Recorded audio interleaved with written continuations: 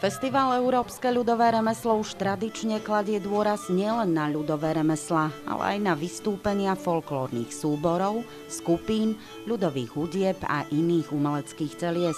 Tento rok sa v Kežmarku predstavili opäť po covidovej prestávke aj súbory zo zahraničia. A to z Ukrajiny, Poľska, Rumunska, Macedónska, Česka a samozrejme aj zo Slovenska. Spoločným programom s domácim folklórnym súborom Magura sa predstavil folklórny súbor Kelčovan Ščadce.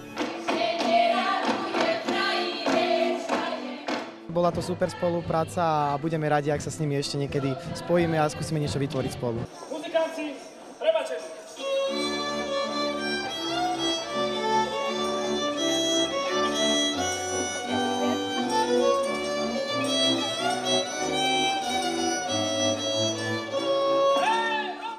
Náš súbor tvorí necelých 100 členov, keď zarátame aj tie najmenšie deti v prípravke, ktoré majú od tých 6 rokov. No a prišli sme tu dneska prezentovať náš kraj, náš región, a to sú Kysuce. A Kysuce sa rozdeľujú na viacero takých subregiónov, a to je Gorálska oblasť, Turzovská vrchovina a Vajčovská oblasť. A to sme tu dneska všetko chceli odprezentovať, aby ste videli, aké sú Kysuce pestré a rôznorodé. Tu v Kežmarku myslím, že áno, sme poprvýkrát a veľmi sa nám tu páči.